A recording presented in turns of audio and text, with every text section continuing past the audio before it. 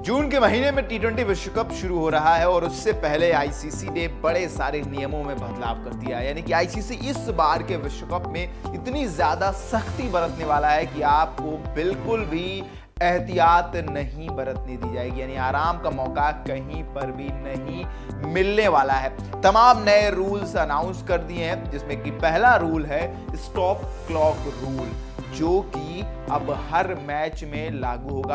अभी तक बतौर ट्रायल पीरियड ये चला था, लेकिन अब रेगुलर पर ये टी20 में लागू किया जाएगा। इसकी शुरुआत टी20 विश्व कप से होगी। स्टॉप क्लॉक रूल की अगर बात करें तो ये नियम कहता है कि आपको पहले ओवर के बाद दूसरे ओवर को शुरू करने के बीच में सिर्फ 60 सेकंड मिलेंगे, यानी कि 1 मिनट का समय मिलेगा। 61 सेकंड तो फिर आप पर फाइन लगेगा। फाइन कैसे, वो आपको बताते हैं। यानी कि मान लीजिए पहला ओवर कराया और दूसरा ओवर शुरू होने से पहले 60 सेकंड के भीतर अगर नहीं शुरू हुआ तो ये आप में पहला अटेम्प्ट हो जाएगा। चलिए, आपको पहले अटेम्प्ट में माफ कर दिया जाएगा।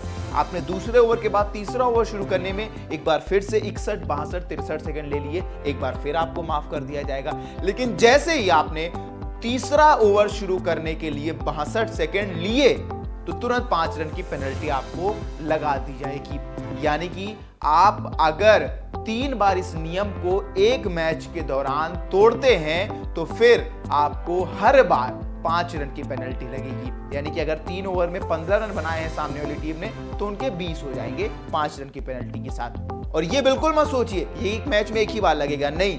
अगर उसके बाद फिर यही गलती होती है तो पहली गलती माफ, दूसरी गलती फिर माफ, लेकिन तीसरी गलती पर फिर 5 रन लग जाएंगे। यानी कि एक मैच में ये रूल कई बार लग सकता है और इससे अब विपक्षी टीम को फायदा होगा और सामने वाली टीम को थोड़ा सा समय को ध्यान में रखते हुए काम करना पड़ेगा। यानी कि अब निगाहें घड़ी पर रहने वाली हैं और ये क्लॉक जो है वो डिजिटल स्क्रीन पर चलती रहेगी, आपको रिवर्स ऑर्डर में चलती हुई दिखेगी मैच के दौरान। तो स्टॉप क्लॉक रूल समय को बचाने के लिए किया जा रहा है ताकि जल्द से जल्द मैच समाप्त हो। दूसरा, अब मैच खत्म करने के लिए 3 घंटा 10 मिनट मिलेगा। यानी कि 40 ओवर का मुकाबला दोनों पारी मिलाकर 3 घंटे 10 मिनट से ज्यादा नहीं दिए जाएंगे, क्योंकि हमने आईपीएल में कई बार देखा ये मुकाबले 4-4 घंटे तक गए। 7:30 पर शुरू होते थे, 11:30 तक खत्म होते थे, 11:45 तक जाते हुए हमने देखे। तो ये जो समय बचाना है, क्योंकि वनडे में 8 घंटे मिलते हैं जहां 100 ओवर होते हैं, तो फिर एक टी20 के 40 ओवर मुकाबले कराने के लिए 3 घंटा 10 मिनट सफिशिएंट है। यानी कि एक पारी में 1 घंटा 35 मिनट से ज्यादा नहीं मिलेगा। अगर 1:35 से ज्यादा आपने लिया तो फिर जो आपको लास्ट के ओवर्स जितने समय ज्यादा लेंगे उतने में आपको एक एक्स्ट्रा फील्डर 30 यार्ड के सर्कल के अंदर रखना पड़ेगा, जो कि फिर नुकसानदायक हो सकता है जो टीम गेंदबाजी उस वक्त कर रही होगी। तो 1 घंटा 35 मिनट मानकर चलिए, एक पहला रूल। इसके बाद तीसरे रूल की बात करें तो टी20 विश्व कप में इस रूल ने सबसे ज्यादा कंट्रोवर्सी बनाई है। ये रूल है सेमीफाइनल 1 और फाइनल के लिए रिजर्व डे है। यानी कि 26 मई को सेमीफाइनल 1 होगा, अगर बारिश हुई तो 27 मई को खेला जाएगा। फाइनल 29 को होगा, बारिश हो गई तो 30 को खेला जाएगा। इसके लिए रिजर्व डे है।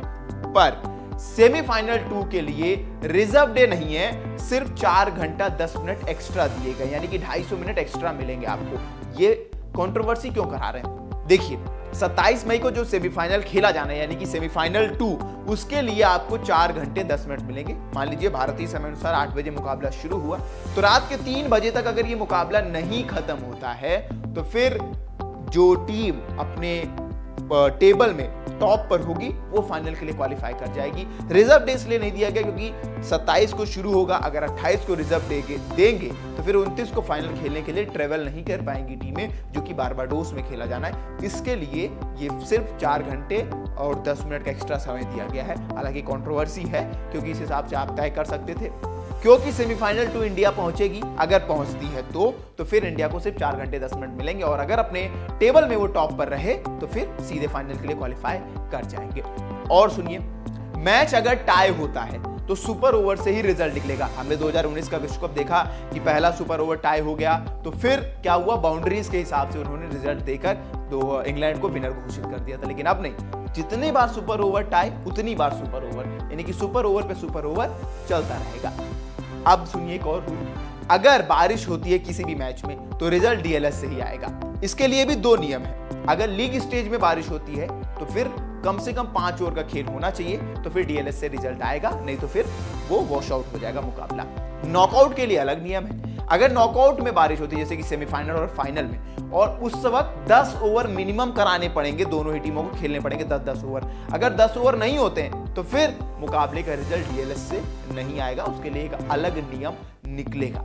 इसके अलावा एक और नियम, अब जो टाइम आउट होता था पहली पारी से दूसरी पारी को शुरू होने के बीच 15 मिनट 10 मिनट मिलते थे, नहीं अब 20 मिनट मिलेंगे। तो ये इतने सारे नियम जो हैं वो बदल दिए हैं आईसीसी ने, और इस बार सबसे ज्यादा सख्ती बरत रहे हैं वो समय को लेके कि समय पर मुकाबला शुरू हो और समय पर खत्म हो जाए। अमेरिका और वेस्ट इंडीज यानी कि 2 देशों में मुकाबला खेला जाना है। इंडिया ग्रुप ए में है जहां पाकिस्तान, आयरलैंड, कनाडा और यूएसए की टीमें हैं, उनके साथ इंडिया भिड़ेगी और अपने टेबल में टॉप होने के बाद सुपर 8 के लिए क्वालिफाई करेगी। वहां जिस टेबल में रहेंगे वहां टॉप 2 में आएंगे, अगर नंबर 1 पर रहते हैं तो फिर सेमीफाइनल 2 के लिए क्वालिफाई करेंगे, और बारिश हो जाती है तो फिर सीधे फाइनल पहुंच जाएंगे। अब आपको समझ आ गया होगा, उम्मीद करता हूं मैं। कैसी लगी खबर हमें कमेंट करके बताइए। तब तक के लिए देखते रहिए वन इंडिया।